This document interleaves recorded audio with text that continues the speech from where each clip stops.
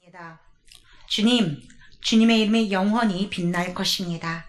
주님, 주님을 기념하는 일이 대대로 계속될 것입니다. 주님께서 당신의 백성을 변호해 주시고 당신의 종들을 위로하여 주신다. 이방 나라의 우상들은 은덩이나 금덩이일 뿐 사람이 손으로 만든 것이므로 입이 있어도 말을 못하고 눈이 있어도 볼 수 없고 귀가 있어도 듣지 못하고 입으로 숨도 쉴 수 없으니 우상을 만든 자들과 우상을 의지하는 자들은 누구나 우상과 같이 될 것이다. 이스라엘 가문아, 주님을 송축하여라. 아론 가문아, 주님을 송축하여라. 레위 가문아, 주님을 송축하여라. 주님을 경외하는 사람들아, 주님을 송축하여라. 예루살렘에 계시는 주님, 시온에서 드리는 찬송을 받아 주십시오. 할렐루야. 여러분들 이번 한 주 여러분 기쁨과 감사로 생활하셨나요? 우리가 주님 안에 거하는 자, 주님을 온전히 믿는 자는 기쁨과 감사로 삽니다. 예수 믿는데 난 왜 이렇게 기쁨과 감사가 없을까? 예수를 제대로 믿지를 못하는 거죠. 오늘 우리가 그 은혜를 누리게 되기를 원합니다. 여러분 요즘에 평상시보다 좀 많이 걸으시나요?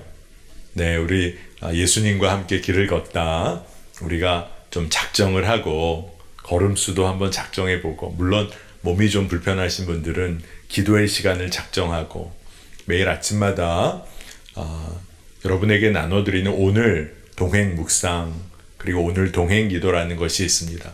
오늘 동행 묵상은 김영복 목사님이 쓰신 세상을 바꾼 한 주간이란 책을 거기에 40일 묵상을 우리 목회자들이 하루 읽으셔야 할 것을 요약을 해드렸어요. 여러분 얼마나 좋습니까? 근데 궁금하신 분들은 책을 사서 보시는 것도 좋겠어요. 그래서 40일간의 묵상을 합니다. 또 오늘 동행 기도는 예수 동행 기도 함께 참여하기를 원하는 함께하는 교회들이 동일한 기도의 제목을 가지고 연합하여 기도하는 것입니다. 그래서 오늘 동행 기도를 받으신 그 기도문들은 오늘 동행 기도, 예수 동행 함께하기를 원하는 교회들이 연합해 기도합니다. 그러니까 그 기도의 힘이 얼마나 놀랍고 클까요? 여러분 그 은혜와 그 기도의 능력을 놓치지 않으시면 좋겠습니다. 저도 이 걸음수를 작정하고 그러면서 기도하고 묵상하려고 하니까 이게 사람의 마음인지라 우리 심영무 목사님 수요 예배 광고하실 때 말씀하신 것처럼 목적 지향적인 사람이 걸음수에만 집착한다. 이게 아니지. 여러분, 그러니까 우리가 삶에서 예수님을 묵상하며 사는 게 참 쉽지 않다는 것을 아마 경험하실 거예요. 내가 하고자 성취하고자 하는 것 속에서 예수님을 순간 놓칩니다. 여러분 40일 동안 한번 몸의 건강도 회복하고 영과 마음도 여러분 회복하는 은혜가 있기를 원합니다. 여러분 만나시면 좀 물어보세요. 오늘 동행기도 했어? 오늘 동행 묵상 어떤 은혜 누렸어? 몇 걸음 걸으셨어요? 우리가 정말 삶의 구체적인 부분에서 믿음을 점검해 나가면 좋겠습니다. 오늘은 시편 말씀을 통해서 여러분과 은혜를 나누고자 하는데요. 오늘 시편 135편의 말씀을 보면 하나님을 찬양해야 하는 것에 관해서 말할 수 없이 하나님을 찬양함에 대해서 그것이 얼마나 중요한가를 이야기하고 있습니다. 이스라엘 백성을 하나님은 끊임없이 붙잡아 주셨어요. 그토록 넘어지고 하나님 모른다 하고 부인하는 그 백성을 하나님은 붙드셔서 인도하시고 구원의 길로 이끄십니다. 그러니까 이스라엘 백성들에게는 그 하나님의 구체적인 행하심을, 그 역사를 기억하게 될 때 찬양을 안 할 수가 없는 거예요. 하나님의 놀라우신 일을 기억할 때 찬양의 노래가 터져 나옵니다. 그러니까 찬양이라는 것은 하나님을 믿고 따르는 자들에게는 너무나 중요한 것이죠.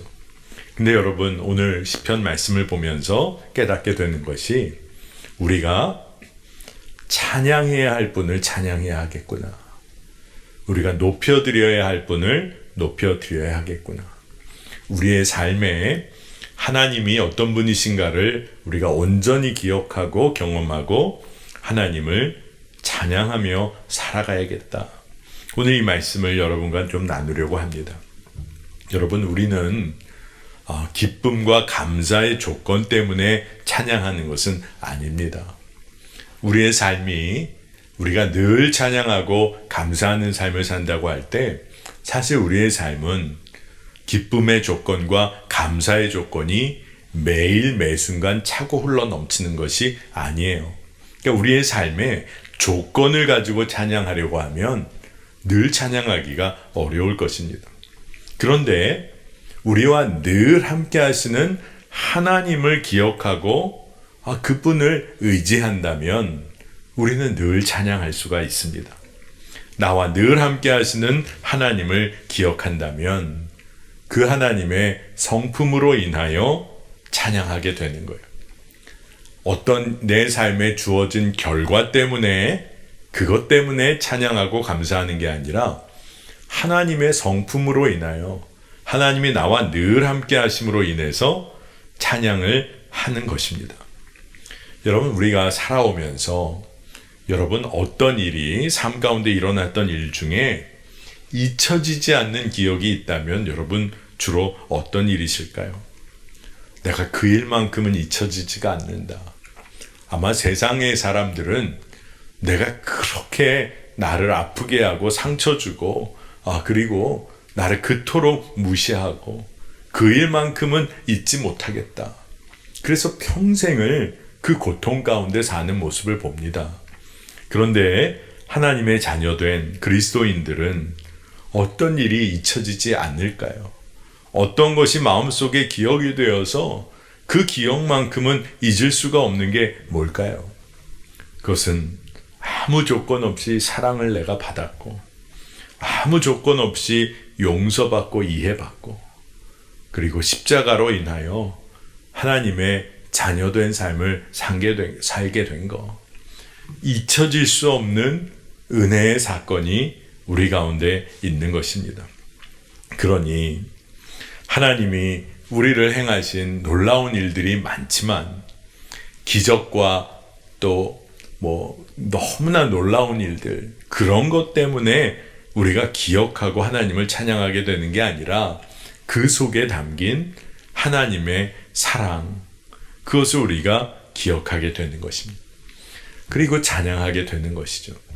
여러분, 그래서 우리가 오늘 이 밤에 하나님이 나의 하나님이시다.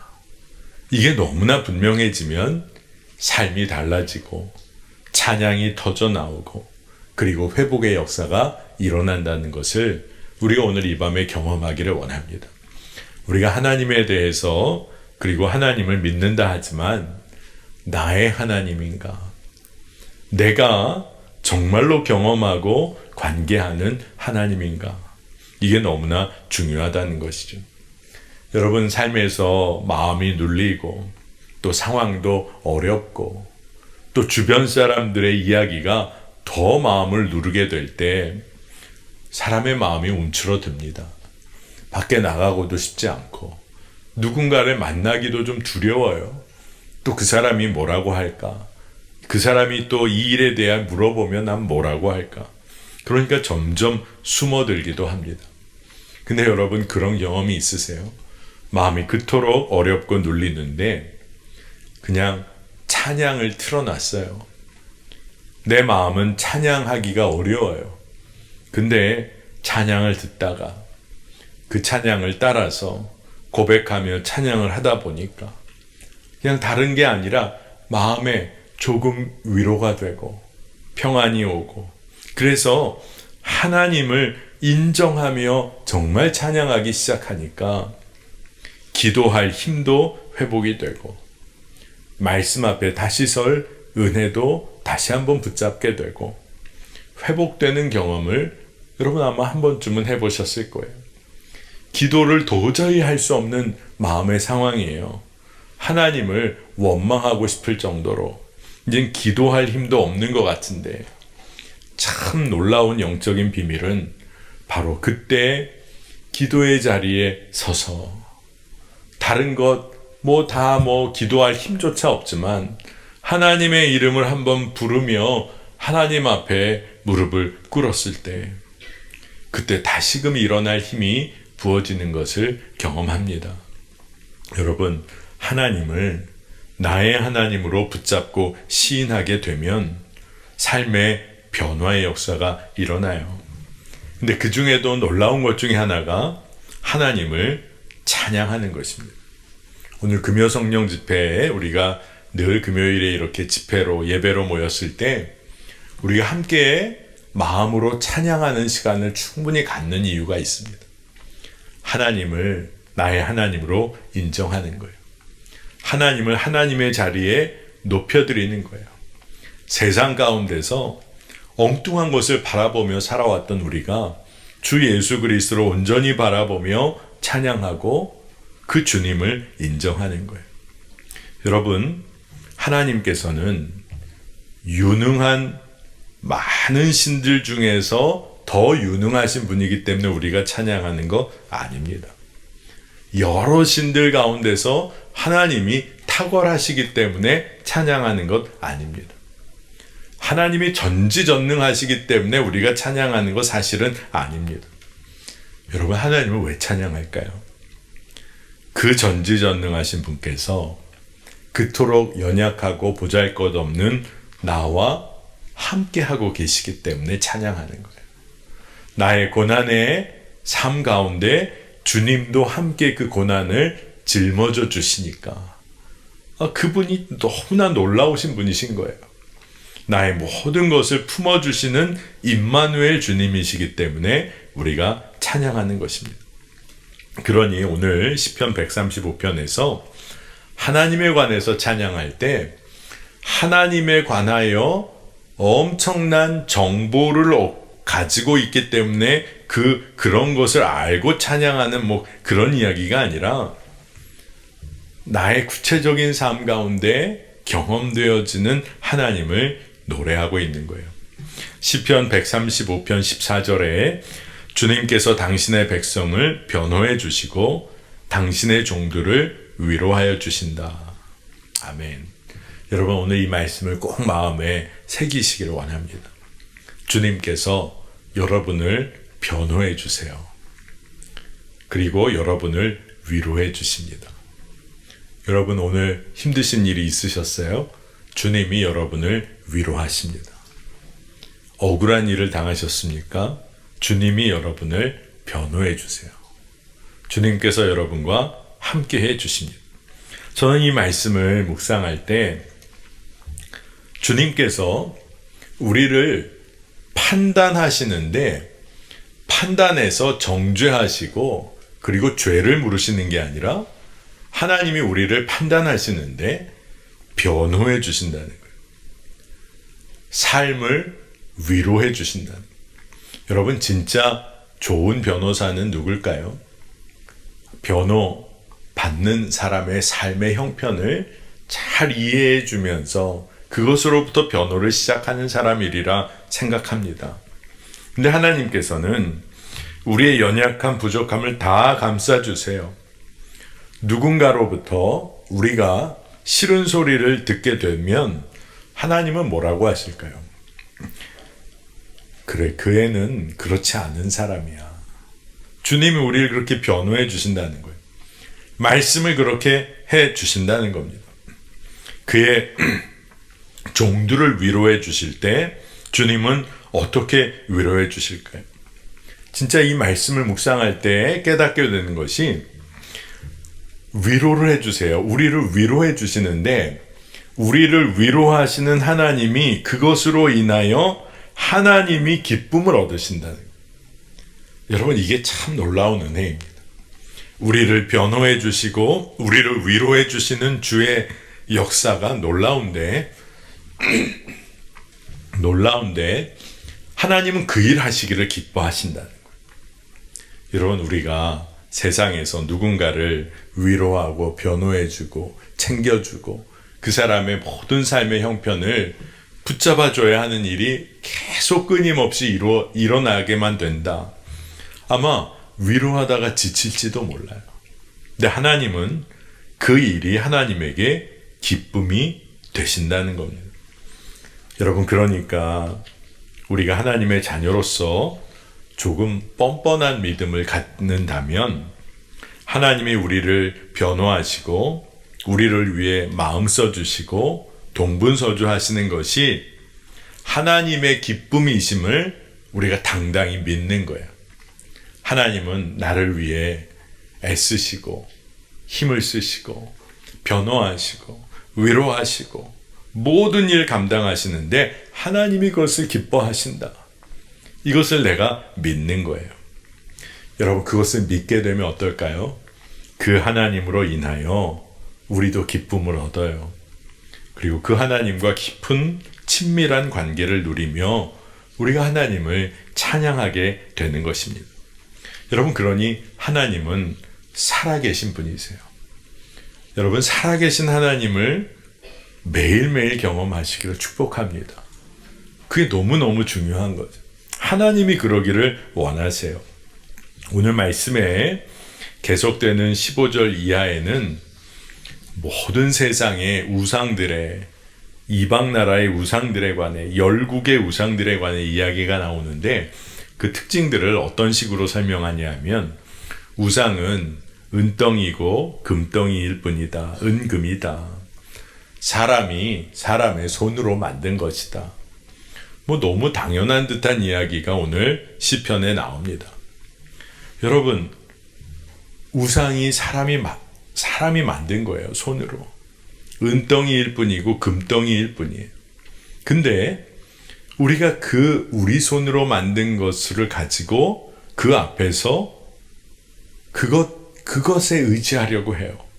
심지어는 물질에 의해 좌우되는 삶, 그리고 그것 맡기고 싶은데 내가 만든, 사람이 만든 우상에 의지하며 살려고 그래요. 근데 오늘 말씀을 보니까 그 우상들의 특징이 있습니다. 귀가 있어도 듣지 못해요. 근데 그렇게 우상에게 간구하고 기도합니다. 입이 있어도 말하지를 못해요, 우상은. 오늘 말씀에 그대로 나와 있습니다. 근데도 우상으로부터 인생의 길을 알아보고 싶어서 그 말을 듣고 싶어 해요. 우상은 사람이 손으로 만든 것이라 눈이 있어도 보지 못하고 입에는 호흡 자체가 없습니다. 근데 그 우상을 그토록 붙잡으려고 한다는 거예요. 여러분, 그런데 하나님은 살아계신 분이에요. 우리와 늘 함께 하세요. 우리를 변호하시고 위로하시기를 기뻐하세요. 우리의 삶의 부족하고 연약함을 감싸주시는 것이 하나님의 기쁨이에요. 근데 그 하나님과의 관계는 끊어버린 채로 우상을 만들어 우상을 의지하려고 하는 자, 얼마나 어리석은 겁니까? 시편 135편 18절에 그래서 우상을 만든 자들과 우상을 의지하는 자들은 누구나 우상과 같이 될 것이다. 무서운 말씀이에요.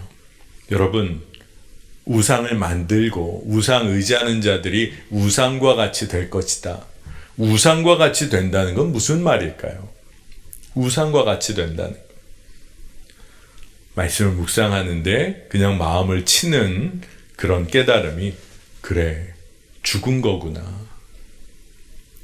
호흡이 없고 귀가 있어도 듣지 못하고 입이 있어도 말하지 못하고 눈이 있어도 보지 못하고 입에는 호흡이 없는 우상과 같이 될 것이다. 죽은 거라는 거예요. 육신으로는 살아있지만 마치 죽은 자와 같은 삶을 산다는 거예요. 기쁨은 사라지고 소망은 없고, 그리고 이제는 완전히 갇혀진 삶을 산다는 겁니다. 여러분, 우상이란 다른 어떤 것이 아니죠. 우리가 잘 아는 것처럼 하나님보다 더 사랑하는 게 우상이에요.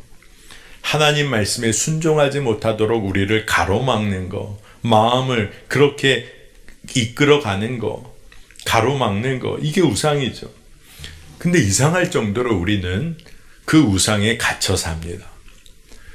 내가 원하는 것을 붙잡고 싶어서 우상 안에 갇혀요.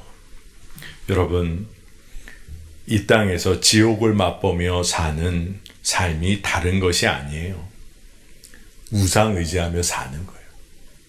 살아있지만 죽은 자처럼 사는 거예요. 그러니까 우리가 우리 마음에 우상을 만들어서 의지하기 시작하면 하나님의 뜻과는 전혀 다른 삶을 삽니다. 하나님의 뜻과는 멀어진 삶을 살아요. 그리고 우상에 의지하는 것은 의지하는 게 아니라 매이는 거죠. 그래서 꼼짝달싹하지 못하고 세상에 묶여 삽니다. 그래서 우상을 의지하기 시작하면 우상이 우리에게 말하기 시작해요. 아니, 말하지 못하는 우상이 우리에게 말을 하기 시작합니다. 지시를 해요. 우리를 판단합니다. 우리를 좌지우지해요. 그런데 우리의 마음이 살아계신 하나님을 분명히 믿고 의지하기 시작하면 우리의 믿음의 눈이 열려서 우리를 온전케 하시는 예수님을 바라보게 됩니다. 우리의 입이 열려서 축복의 말을 하게 되고 생명의 복음을 증거하게 됩니다. 우리의 귀가 열려요. 말씀을 사모하게 됩니다. 그리고 주변 사람들의 어려움에 그 소리가 들려요. 민감하게 반응하게 됩니다. 히브리서 12장 2절에서 3절 말씀을 보면 믿음의 창시자요 완성자이신 예수를 바라봅시다. 그는 자기 앞에 놓여있는 기쁨을 내다보고서 부끄러움을 마음에 두지 않으시고 십자가를 참으셨습니다. 그리하여 그는 하나님의 보좌 오른쪽에 앉으셨습니다. 자기에 대한 죄인들의 이러한 반항을 참아내신 분을 생각하십시오. 그리하면 여러분은 낙심하여 지치는 일이 없을 것입니다. 여러분, 이 말씀을 처음부터 이 마지막 부분까지 보면 그리하면 여러분은 낙심하여 지치는 일이 없을 것입니다. 믿음의 창시자요 완성자이신 예수를 바라보면 늘 예수님을 바라보고 주의 길을 따르면 여러분은 낙심하여 지치는 일이 없을 것입니다. 여러분, 얼마나 놀라운 말씀입니까? 우리가 호흡이 없는 우상을 의지하며 사는 삶이 아니라 살아계신 주님을 바라보면 그분은 우리를 위하여 십자가를 개의치 않으시고 참으신 분, 그분이 우리의 삶이 낙심되지 않도록 우리를 이끄신다는 거예요. 여러분, 호흡이 없는 우상을 의지하며 사는 것은 어떤 의미가 있을까요? 여러분, 예수님께서 우리 안에 지금 성령으로 역사하시죠. 근데 이 성령이라는 것은 하나님의 호흡을 의미하기도 하죠. 그래서 하나님께서 인간을 창조하시고 하나님의 숨을 허락하셨다는 것이 그것이 성령, 그것과 연관이 됩니다. 그러니 우상을 의지하게 될 때, 호흡이 없는 그 우상을 의지하게 될 때 우리는 하나님의 성령의 인도하심을 포기한다는 것을 말해요. 하나님의 인도하심을 포기해버리는 거예요. 여러분, 망망대해를 나침반 없이 항해하겠다는 거예요. 당장 나를 달콤하게, 내 인생을 달콤하게 해주는 것이 내 손에 있다고 하면 그것이 너무 좋아서 아무런 준비 없이 인생의 길을 그저 달려가겠다는 거예요.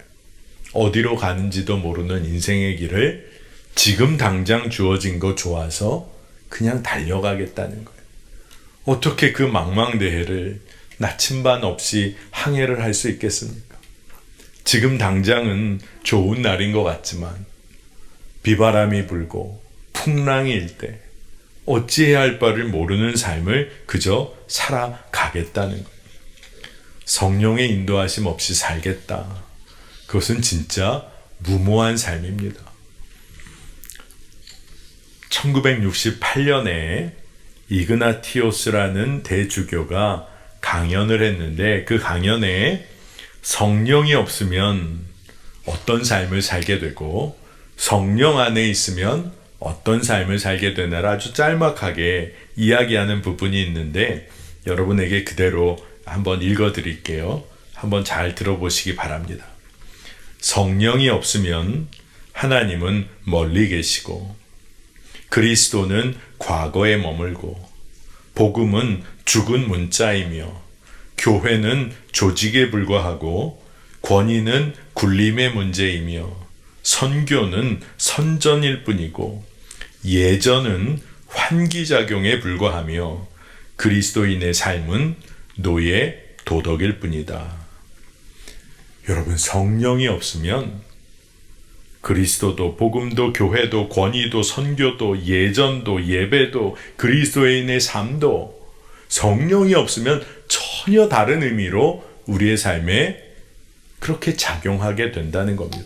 그러나 뭐라고 이그나티오스 대주교가 이어서 말하냐 하면 그러나 성령 안에서는 우주가 부활하고 그 나라의 해산과 고통과 함께 신음하고 살아나신 그리스도가 거기 계시고 복음이 생명의 힘이 되고 교회가 삼위 하나님의 삶을 드러내고 권위가 해방의 힘을 발휘하고 선교는 곧 오순절이며 예전은 과거의 기념이요 미래에 대한 기대이며 사람의 행위가 하나님을 닮아가게 된다. 여러분, 진짜 놀랍죠? 성령 안에 우리가 거하면 우리의 삶은 완전히 새로운 피조물의 삶을 살게 됩니다. 여러분, 그런데도 우상을 의지하며 살려는 우리의 마음이 있어요. 근데 우상을 의지한다는 것은 뭘 말하는 겁니까? 하나님을 찬양하는 삶이 멈춰진 거예요. 하나님의 행하심을 기억하지를 못해요. 하나님을 하나님의 자리에 모시지를 못하고 하나님을 나의 하나님으로 인정하지를 못해요. 그러니 입술로는 하나님, 하나님 이야기하지만 삶에서는 세상의 우상을 붙잡아요. 호흡이 없는 우상을 붙잡아요. 그리고 성령의 인도하심을 놓치고 사는 겁니다. 여러분, 그런데 오늘 말씀에서 시편 135편에서 살아계신 영원한 생명의 주를 시온에서 찬양하라고 계속해서 이야기합니다. 오늘 시편 135편 말미에 보면 이스라엘 족속아 찬양하라, 아론의 족속아 찬양하라, 레위 족속아 찬양하라. 아마 여러분들 중에 아니 나는 아론 족속이 아닌데, 여러분 아니에요. 오늘 말씀에 여호와를 경외하는 너희들아 찬양하라. 여러분 찬양해야 하는 삶을 하나님께서 우리에게 허락하셨어요. 그리고 시온에서 하나님을 찬양하라는 것입니다. 여러분, 모든 이들이 하나님을 찬양할 때 여러분 거기서 여러분만 빠지지 않기를 바랍니다. 여러분이 그 찬양하는 찬양 대열에 가장 앞에 서시기를 축복합니다. 오늘 이곳에 함께 우리 예배하는 우리 성도님들 중에 찬양대 속하신 분들 계시죠? 마치 아닌 것처럼 여러분 뭐 비밀 찬양대입니까? 다 찬양대 여기 계신 분들도 보이는데 여러분 찬양대에 있는 게 얼마나 복인지 몰라요. 네. 여러분 오늘도 우리가 앞에서 함께 찬양했습니다. 어떨 때는 잘 모르는 찬양이기 때문에 처음에 따라하기가 어려워요. 근데 여러분 하나님을 찬양하는 그 찬양의 노랫말과 가사와 곡조를 따라가다 보면 은혜가 되는 겁니다. 한국 교회가 예배를 거룩하게 드리는 것에 아주 집중적으로 교육하며 예배를 그렇게 드려온 적이 있었어요. 그래서 예전에 이 강단에 올라올 때는 아직도 그런 교회가 있습니다. 목에 잘못됐다는 건 아니지만 신발을 벗었어야 됐어요. 그래서 목사님들 중에 구두끈 이렇게 그것 푸시고 그리고 어떨 때 다 신발 벗고 올라도 오시고 예전에 저도 어린 시절 기억에 구두 이 토시라고 그러나요? 거기 구두에다가 이렇게 검은색 토시를 끼우고 강단에 올라오기도 했습니다. 그러니까 그 마음의 중심이 중요한 거죠. 어떤 마음으로 강단에 올라오느냐가 중요하다는 겁니다. 그런데 때로는 형식이 우리의 마음의 중심을 표현할 때도 있는 거죠. 그런데 예배를 그렇게 거룩하게 드리는 걸로 그렇게 마음의 중심으로 예배하는 것을 가르치다가 그게 조금 잘못된 흐름으로 가다 보니까 거룩하게 예배 드리는 것이 자신이 근엄하게 예배 드리는 것으로 좀 오해가 돼서 찬양할 때도 진지하게 찬양하는 것은 좋지만 기쁨과 감사로 하나님 앞에 다윗이 마치 춤을 추듯이 찬양하는 것은 한국 교회에서 찾아보기가 좀 어려웠던 때가 있습니다. 그래서 지금은 이렇게 드럼도 기타도 이렇게 찬양할 때 다 사용하지만 예전에는 드럼을 드리냐 마냐 교회 싸움도 나고 어떻게 이렇게 드럼을 치며 찬양하며 예배할 수 있냐.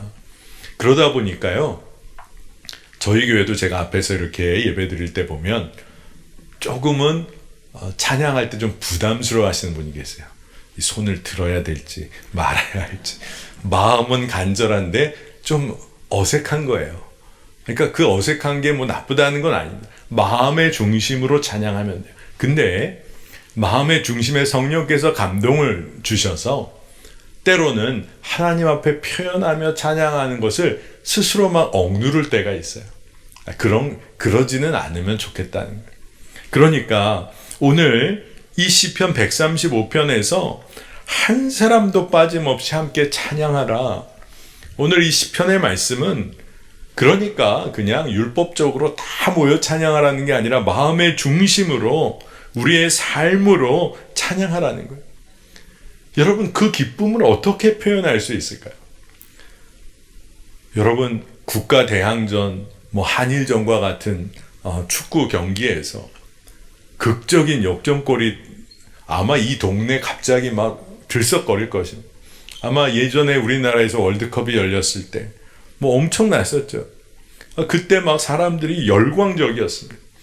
축구 경기에 골 하나 들어가도 우리의 마음이 그런데 우리가 구원받고 하나님의 백성들이 모여서 하나님을 예배하는데 우리 마음의 감동이 월드컵 경기에서 골 하나 들어가는 그거 따라가지 못할 때가 있는 것을 보면 안타깝기도 합니다. 오늘 시편 135편 21절에 예루살렘에 계시는 주님, 시온에서 드리는 찬송을 받아주십시오. 할렐루야.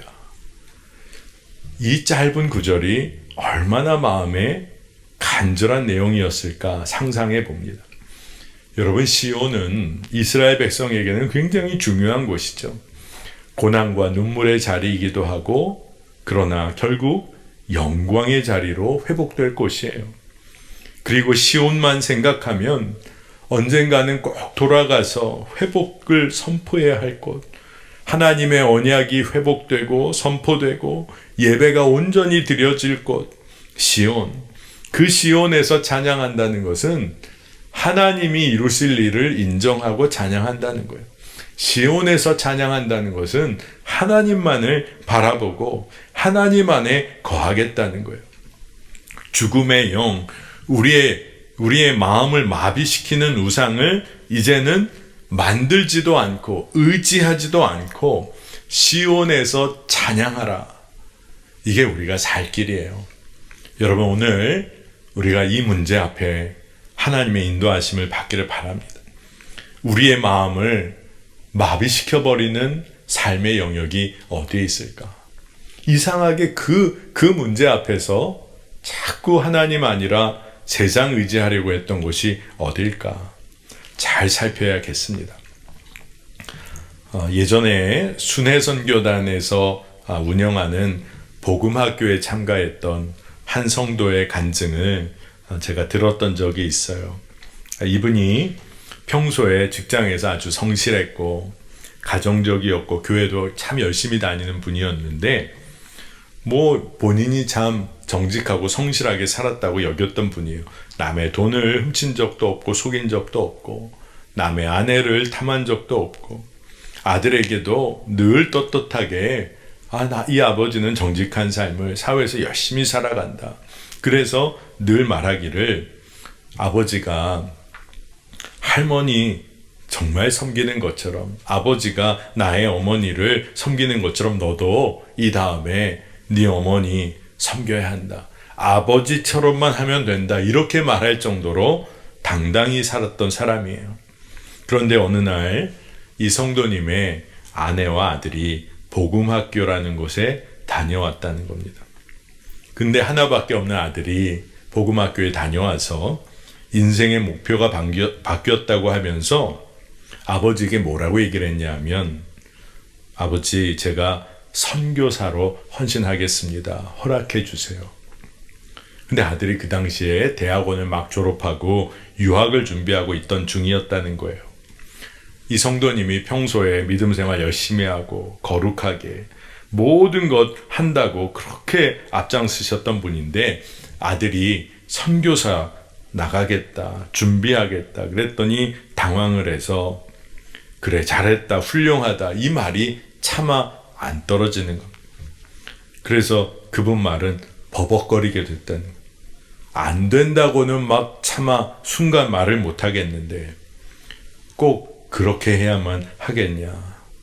선교사 나가야지만 되는 거냐. 자꾸 말을 하려는데 말이 잘 안 되더랍니다. 그러면서 이상한 질문만 하게 되는데, 지금이 바로 그때냐. 지금 네가 그렇게 꼭 지금 준비를 해야 하냐. 그러면서 아내를 쳐다봤어요. 아내가 당연히 같이 반대해 줄 줄 알고 쳐다봤더니 아내는 아들 편을 드는 겁니다.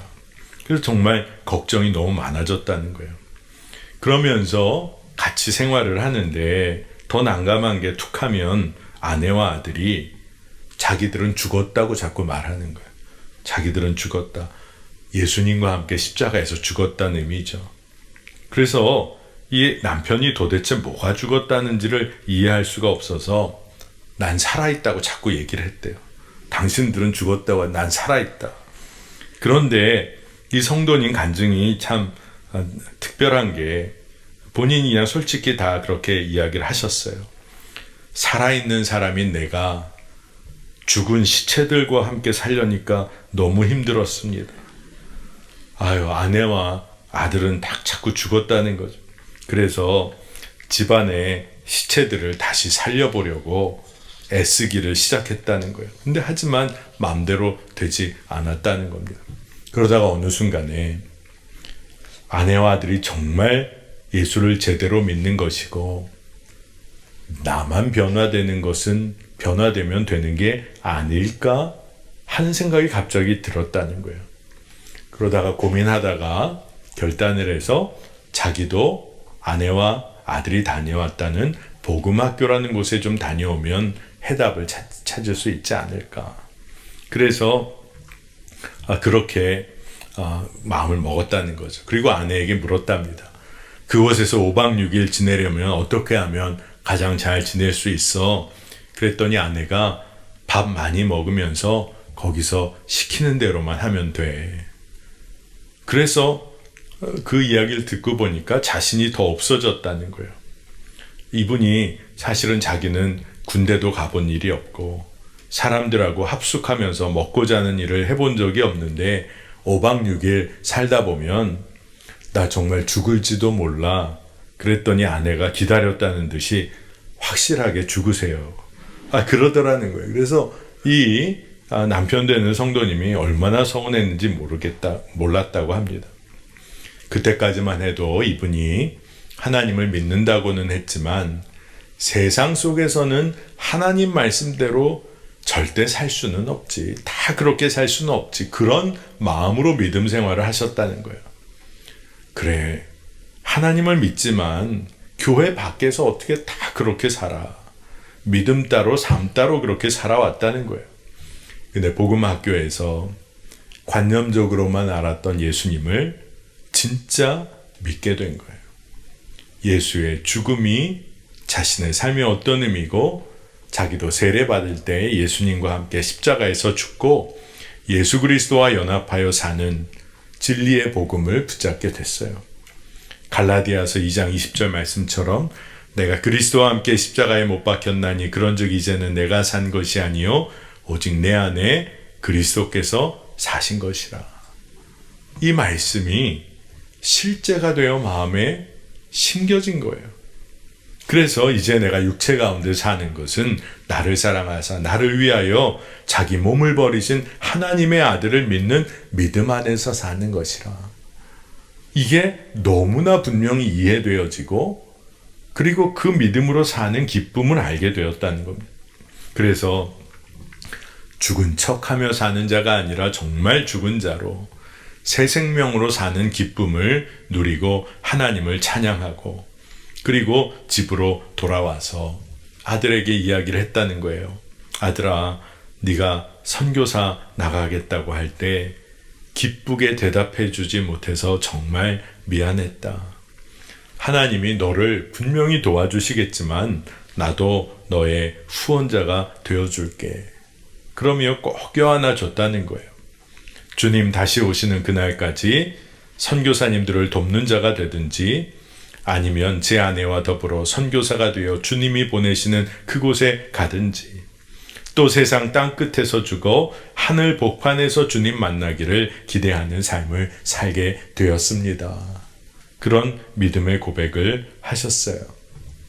물론 모두가 다 해외 선교사를 나가야 한다는 게 아닙니다. 중요한 것은 뭐냐 하면 핵심은 하나님께 순종할 마음이 열렸는가. 나의 것을 하나님께서 내려놓고 하나님의 뜻대로 행하기를 원하실 때 가장 좋고 선한 것으로 예비하고 우리를 부르시는 하나님이 믿어지는가. 이 문제인 것이죠. 여러분, 생명이 바뀐 자의 삶이 달라집니다.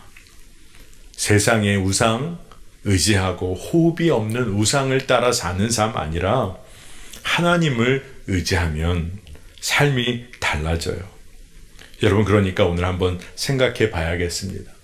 내가 주님을 믿고 신뢰한다고 말은 하지만 실상 내 마음이 주님이 이끄시는 곳으로 가지 않으려는 영역은 도대체 어딜까? 재정의 영역, 돈은 내 맘대로 써야지. 하나님 원하시는 일에 그냥 조금 하는 흉내는 내지만 재정, 내 돈은 내가 써야지. 자녀 교육시키고 자녀의 길을 내 자녀 내 뜻대로 해야지. 부부관계에 있어서도 내가 원하는 거 요구하고 받아내려고 싸우고 아파하고 일터에서도 내 목 챙기느라 관계 다 무너지고 심지어 주님을 섬기고 또 주의 일을 한다고 하면서도 내 고집을 꺾지 못하는 영역이 있다면 여러분, 우리가 정말 세상 의지하는 거죠. 하나님을 의지한다고 말할 수가 없는 것이죠. 그런데 오늘 말씀은 그렇게 내가 무너지고 세상의 것에 내 마음이 마비되었던 바로 그 영역에서 이제 우리가 그곳에서 주님을 찬양하기를 원합니다.